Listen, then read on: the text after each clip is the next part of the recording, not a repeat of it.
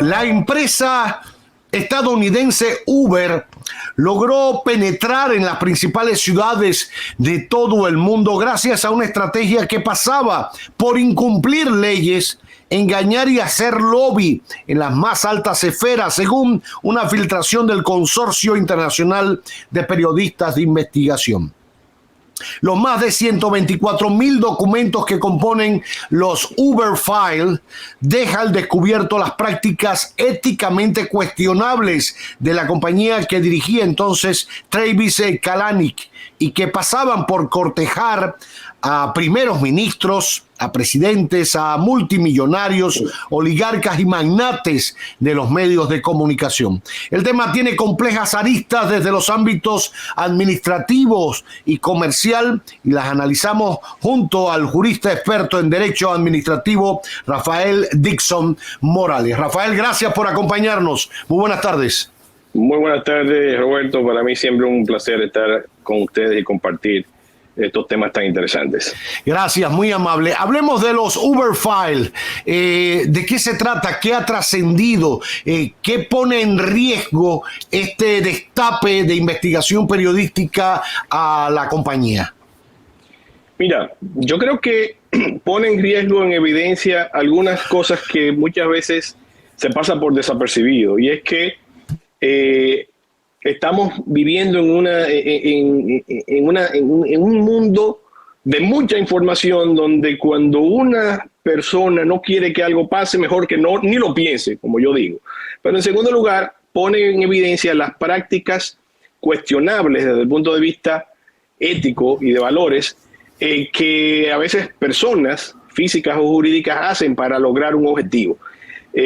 Prácticas que se apegan o se apartan a lo que son las reglas del buen padre o del buen hombre de negocios, que lo que si bien trata, ¿no?, de buscar ciertas actividades, debe de realizarla apegado al cumplimiento de la regulación normativa de cada país. Y lo que esta empresa, pues lo que hacía o lo que se trata todo esto es una serie de prácticas que impulsaban una carrera abrumadora para tratar de cautivar una serie de mercados a nivel global. Y eso pues se ha destapado donde ellos han hasta cierto punto admitido, algunos de sus ejecutivos y algunas de las personas que han compartido información, de que estaban conscientes, que esto es lo grave, ¿no?, conscientes de que realizaban prácticas incorrectas o ilegales. Porque a veces tú puedes, el ordenamiento jurídico te da lo que se llama loopholes o ciertos agujeros donde se trata de beneficiar pues de la norma o por vacíos de normas. Pero aquí parecería que estaban conscientes que estaban incumpliendo una serie de normas jurídicas en esos países, y eso es grave y es cuestionante. Más una empresa, ¿no?, que cotiza en bolsa y tiene una serie de elementos, y eso es cuestionable porque estamos viviendo, y lo vive nuestro país, ¿no?, cuestionamiento desde el punto de vista ético de cómo vamos a hacer negocios, y de eso es que estamos hablando aquí. Exacto. Ahora, lo que realmente no entiendo, quizás porque desconozca cómo fluye este tipo de negocio en el caso de las apps o de las aplicaciones, que por mucho tiempo Uber se defendía diciendo de que no era una empresa de transporte, que no era una empresa de taxis ni nada por el estilo, que era una empresa que había generado una aplicación y que tenía un socio conductor. De hecho, parte de esa transacción era que se veía como socio y por ende yo ponía mi vehículo, ponía el combustible, ponía todo. Bueno, Uber lo único que daba era la aplicación. Si esa era la naturaleza, ¿cuál es la necesidad de negociar o de chantajear o de buscar o repartir coimas entre funcionarios, etcétera, para penetrar un país, si ellos precisamente lo que defendían es yo estoy en el mundo, nadie puede prohibir que esa persona lo utilice, ni nadie puede atacarlo porque no somos una empresa de transporte. Mira, y aquí viene lo que tú comentabas al inicio, las aristas que tienen esta situación que estamos viviendo hoy algo con Uber, pero van a seguir viniendo cuestionamientos con aplicaciones de esta naturaleza, como por ejemplo sucede en el caso del Airbnb, como sucede con otras aplicaciones informáticas. La realidad es que en la mayoría de muchos países el servicio de transporte público y privado es una actividad que se encuentra de alguna forma regulada por parte del Estado, porque genera una serie de aspectos o beneficios sociales. Y entonces esta empresa viene con una tecnología realmente disruptiva y viene con una facilidad al público, porque la aplicación efectivamente, igual que otras, genera cierto valor que las empresas de transportes o los taxis, que fueron con quienes generaron los principales controversias, no tenían, o sea, no migraron a estos servicios un poco más efectivos, más modernos. Y bueno, los taxis, entonces Uber entra en este espacio que se encuentra en algunos países extremadamente regulado, donde tienen que pagar una licencia, donde tienen que hacer una serie de elementos, y aquí Uber entra con esa teoría que hasta cierto punto es válida, pero no deja de interactuar en el mercado del transporte público, con lo cual viene un vacío legal. ¿Cómo vamos a dar respuesta a toda esta actividad informática que estamos viviendo y que vamos a seguir teniendo? Y es una situación que tanto el sector público como el privado tiene que buscar una solución para una mejor regulación en estos elementos. Y ese precisamente, es el debate. Exacto. Yo lo tocas precisamente como es, porque yo siento que nada justifica que ellos hayan cabildeado y hayan tratado de sobornar o hayan sobornado a X o Y, etcétera. No estoy diciendo eso. Lo que estoy diciendo es que como cualquier competidor, sabiendo la naturaleza de su negocio, porque ellos podrán decir, no, yo lo que tengo es una aplicación. No, pero una aplicación que es para transportarte. No vamos a ser ingenuos en esto. Sabiendo las debilidades o limbos jurídicos que existen para todas estas plataformas, creo que se aprovecharon.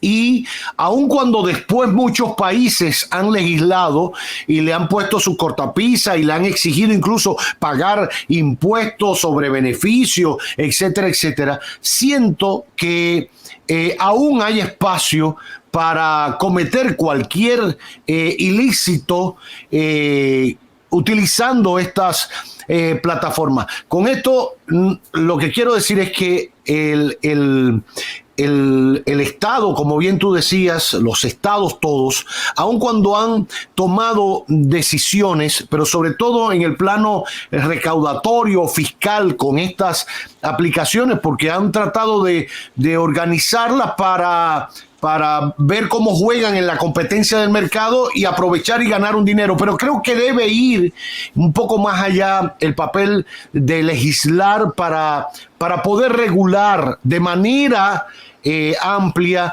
ese tema. Aquí cuando, por ejemplo, se hablaba del tema del teletrabajo y de cómo regularlo para estos tiempos, bueno, ¿cómo vamos a un accidente laboral en teletrabajo, cómo se concibe? Porque tú estás transmitiendo desde tu casa o estás trabajando desde tu casa.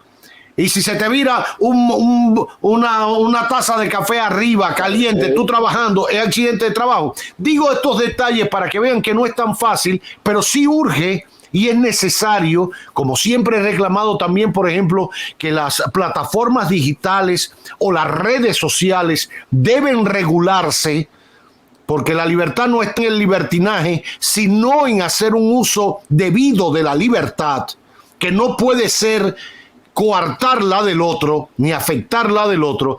Pienso lo mismo también para las plataformas digitales. Aquí, la semana pasada, a Sonadores reflexionaba y decía, bueno, habrá que regular Airbnb en República Dominicana porque ha afectado ya afecta por el volumen que maneja de huéspedes, afecta a los hoteles de ciudad, por ejemplo.